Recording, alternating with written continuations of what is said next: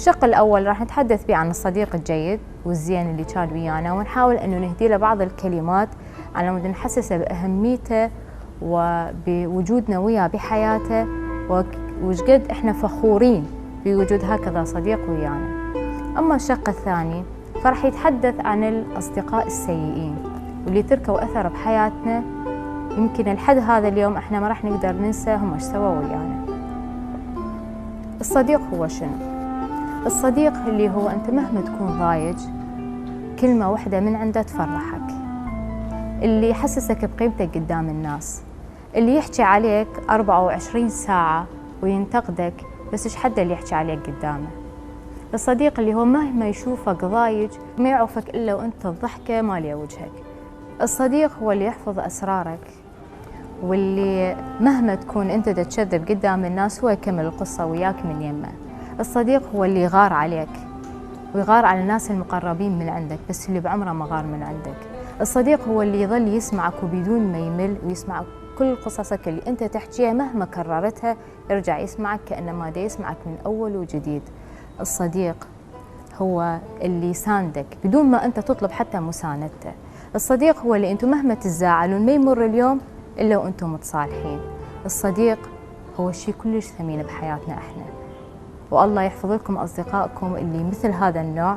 وإن شاء الله يا رب تحافظون عليهم وما تخسروهم، واللي ما لقوا مثل هذول الأصدقاء إن شاء الله يا ربي تلقون مثلهم وتعرفون القيمة الحقيقية بمعنى كلمة صديق. ومن خلال هذا الكلام أنا حابة أن أهدي لقصيدة للصديق تتحدث عن الصديق وهمومه. لما تكون اليوم يمك صديق عزيز عليك لكن هو عايش في قصة وعايش في موضوع ما قادر يحكي بيه للناس وما قادر إنه يعبر عنه، قد ما هو مهموم ما قادر حتى إلك يحكي لك لأنه ما عارف حتى شنو يحكي. هذه القصيدة هي إهداء لكل شخص قريب من عندك أو قريبة من عندك لكن أنت ما قادرة وما عارفة القصة اللي هي دا تمر بيها ودا تريدين تسانديها، بس هي اللي مخليتك توقفين وما تسانديها لأنه هي ما تريد تزيد همك يمكن بهم أكبر. أدري مهمومة وسواد الدنيا بيك، وأدري من صوتش بعد تعبانة، إش ما تكابر روحك المليانة شوق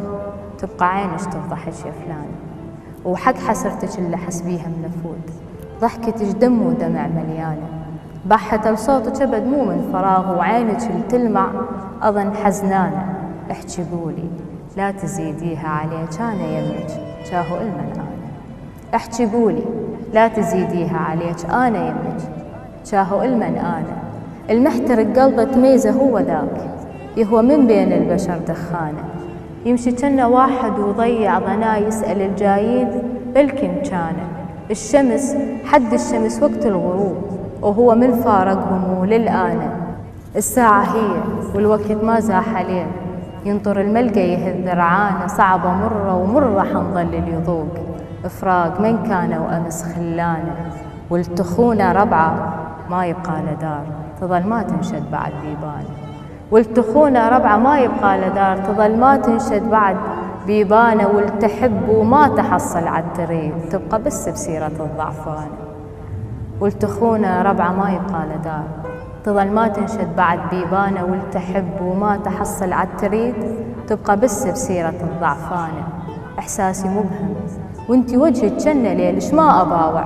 ما تبين ألوانه، أمنيتي أعرف والله لو بس تحكي هيك،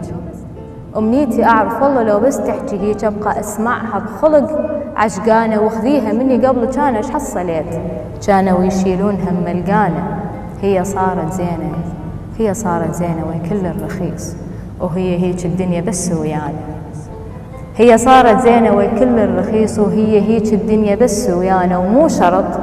هذا اللي قلته هو بيك، يمكن انت يجوز بس تعبان